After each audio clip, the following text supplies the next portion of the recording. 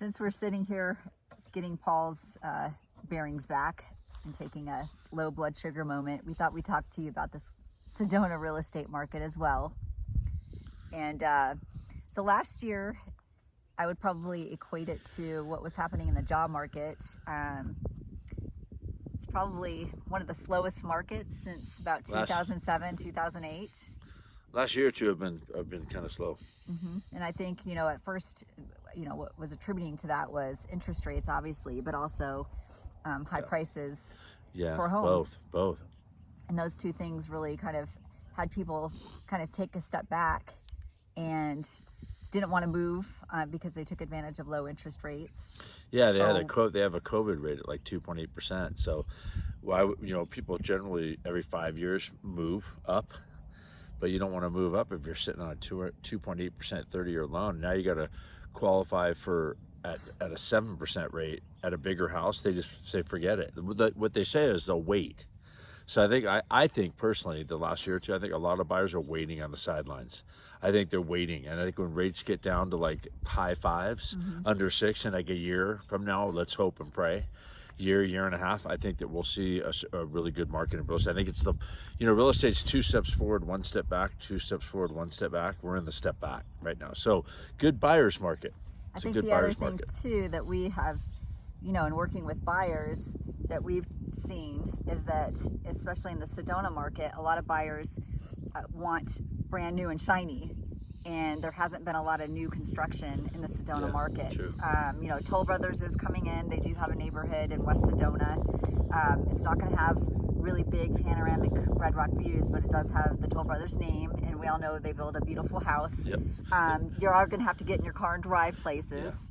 Yeah, well, we like the houses. We love Toll Brothers homes. We think they're beautiful, but Toll Brothers tends to pick level lots that don't have great views. Like their value is in the actual house. But in Sedona, we like to say the 3 most important things about Sedona real estate are view, view, and view. So they're not using that. They don't play to that. So they have a well-priced, really nice home, but we'd probably still tell you to get a lot with a killer view and do something really custom and unique. Even though it might be a little more sloped, we're doing steel and glass homes now, so it's it brings the cost down, and I think they're way nicer houses. I think they're going to appreciate it a lot faster, and you want to enjoy the views. That's why people come to Sedona. They want Red Rock views in their face. That's why we're all here. Why buy a house that doesn't have those views? And if you don't want to wait, I would say look at something that might be a little bit older that you need to put a little bit of sweat equity into. If it has the views. And buy an old house on a really nice lot with great views. Those are good buys. There's some nice properties out there. And what we still see today, even in the slowish market, is that if you are sitting on a property that has been updated, it has these really beautiful panoramic views, sometimes you're still getting multiple offers on those properties in a really quick period of time. It's always views. We're always blown away. When a house comes on that needs work, but it has those views, I'm just telling you, those properties always move. They're sizzling. Everybody wants that. Believe me, that's what everybody wants, views. It's like, why live a block back from the ocean when you can have oceanfront? Exactly. I mean, that's just really my thing. And they rent for more if you're trying to Airbnb. They appreciate faster. They sell quicker. They're just all around. It's a good place to put your money. It is in prime front row view real estate in Sedona. It is. But where we see interest rates right now, just talking to our mortgage broker friends and kind of seeing what's happening in the market, I think it's still a wait and see. They're going to come down. It's just going to be slow. Well, I think they were going to go down a lot faster, but now they have concerns, with this new administration and maybe all the tariff and the sending the immigrants away. They're worried about now, the trades and all of our working class. That could get crazy. And tariffs could raise building prices. So between labor and building materials going up, that's why I think they're going to wait and not lower rates. They think inflation may be going to kick in. We'll see. It'll be interesting to see what happens. Nobody else crystal ball though. No. Wish we did. Typically, they'll want to market in real estate. Like I said, that 2 steps forward, 1 step back. Typically, real estate kind of booms for a while, and then it pulls back for a year or two. It pulls back. We're in like a 2-year pullback, which usually means that it'll go again, like in a year. That's just what real estate does. It's never like this. Rarely is it like flat, steady. It's up and down, up and down, up and down. So it's just cycles in real estate. But I think we're going to get into a better cycle in a year. I do. I think in a year, I think things will be, this next year, I'm optimistic. I think, and you do see a lot of new construction, like in Phoenix and Scottsdale. There's cranes everywhere. Like they're building homes, job growth. All these Silicon Valley type companies are coming. The microchip company from where? From Taiwan. There's just a lot of job growth and a lot of baby boomers coming to Arizona to retire. So our state's doing well. Mm-hmm. And I think, and so you see like cranes everywhere. So that's usually a good sign. Like developers are breaking ground on projects. So they are obviously assuming that the market's going to get better. They're thinking the market's going to be good in year 2. They wouldn't be building 1,000 homes down there in each of these new, production build subdivisions down there. And we're pretty much a year into the big road expansion from I-17, which is the main hubway from Phoenix to northern Arizona. And I would say probably the first few months and throughout the summer, it was, we do go back and forth quite a bit. And every single time we went one way or the other, we were seeing a lot of accidents on the road. And traffic. Because they're widening the road. But right now we're going into season where a lot of snowbirds are coming into town, both into the Phoenix area as well as northern Arizona, and it's not as bad as what it was. So I think that they've gotten their rhythm with the road expansion.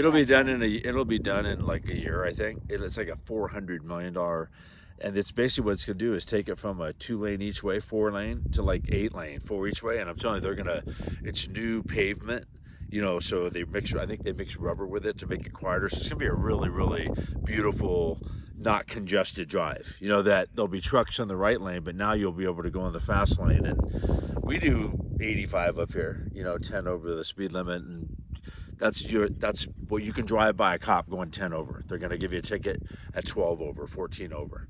But the flow of traffic does like 85 up here, but it's going to be a lot better. It's going to be a lot nicer drive. And that's actually going to allow Phoenix to come up here even more, which is not good for the crowds on the weekends, which we don't like, but it's not that bad. It really, it's kind of a joke to talk about traffic here if you compare it to like Southern California or other places. Here you might get stuck in traffic for 15 minutes, and if you can't enjoy the view while you're sitting there, then shame on you. That's my attitude. That's my feeling. But it's only on the weekends at certain times of the weekend. It can back up around the Y. But I still think Sedona's beautiful. I was up in here 30 years, and the population's grown. It's still beautiful. It's still a beautiful town. And the hiking trails aren't congested, and they never will be. So, it's still a beautiful place. That's my feeling anyway. It's absolutely gorgeous. Yeah, and there's even in the cold weather when it's cloudy out. Yeah, there's 8,000 population. There's still some undeveloped land, very little left. So even at full build out, when every last lot is built in Sedona, the town's not going to grow much more. It may have 10% growth left in it before there's then it's going to be all remodel, tear down and remodel. There'll be no more land. So we're getting close to that now. But it's a great small town. We love it. And we love that it's an hour and a half away from Scottsdale. Absolutely. So when we go to we have a city home down there. We it's nice. Hour and a half away. You got the city. You've got a little nicer weather in the winter. But we like it up here in the summer because it's cooler. So it's a nice combination to Scottsdale and Sedona. I think so. We've been living that lifestyle for a long time. I have for 25 years now. So I like it. I've been doing it a little bit less, about 8 years, but it is nice when you go to each town and it's kind of like, oh, great to be back. Yeah, it's nice when you're in Sedona after a week. It's exciting to go down to Scottsdale, and when you've been in Scottsdale a week, it's exciting to come to Sedona. So I like that lifestyle. It's not for everybody. It's not, but we like it. So we enjoy it, and I think it's becoming very trendy. A lot of people that have homes in Phoenix in Scottsdale are buying second homes up here, and the other way around. You know what I mean? People will go down there and buy condos and homes to have their city fix on the weekends. It's pretty common, I would say. I think. But anyway, not for everybody, though. But anyway, all right.